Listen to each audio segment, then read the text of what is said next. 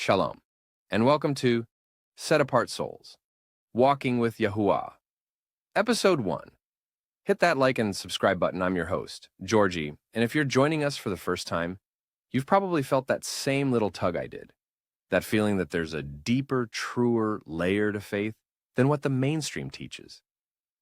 You're here because you want to be set apart. You want the authentic truth. Today, we're not talking about last week's drama or this week's news cycle.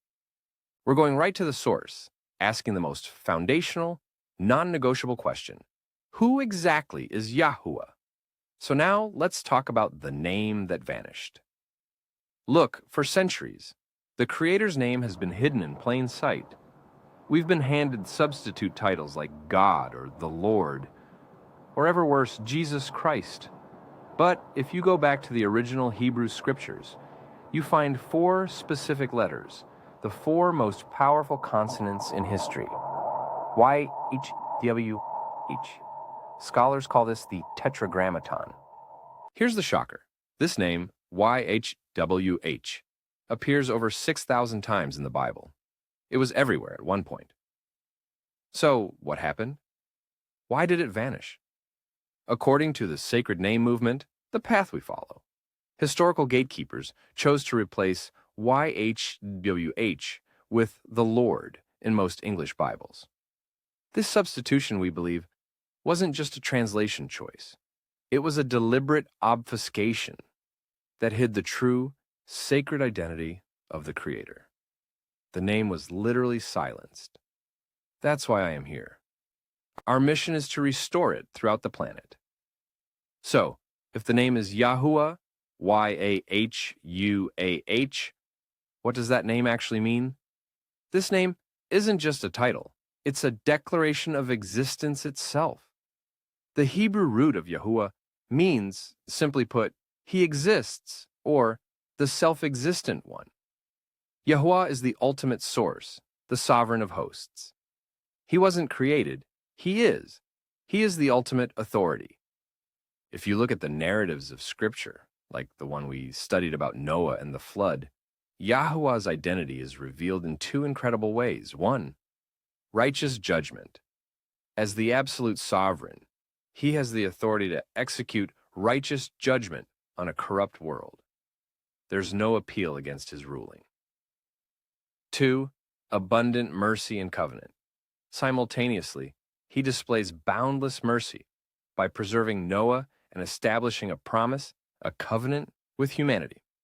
So, when we say the name Yahuah, we're calling on the eternal judge who is also bound by eternal faithfulness. Now, leading me into this subject. Why this specific sound, Yahuah versus everything else? Now, let's talk linguistics, because this is where a lot of people get tripped up. You might hear people use Yahweh or maybe even Jehovah. Why do we specifically use Yahuah? First, let's throw out Jehovah. Scholars pretty much agree that Jehovah is a linguistic mistake, a ghost word. Centuries ago, when scribes added vowel markings to YHWH, they actually borrowed the vowels from the substitute word, Adonai aka the Lord. When later translators jammed those mismatched vowels onto the YHWH consonants, they accidentally created Jehovah. It's a hybrid that never existed in ancient times. Second, Yahweh is the pronunciation that most academics favor, based on historical evidence. It's rooted in what they believe is the original W sound of the Hebrew letter Vav. But for us, the choice to use Yahuah is a matter of theological conviction and linguistic consistency.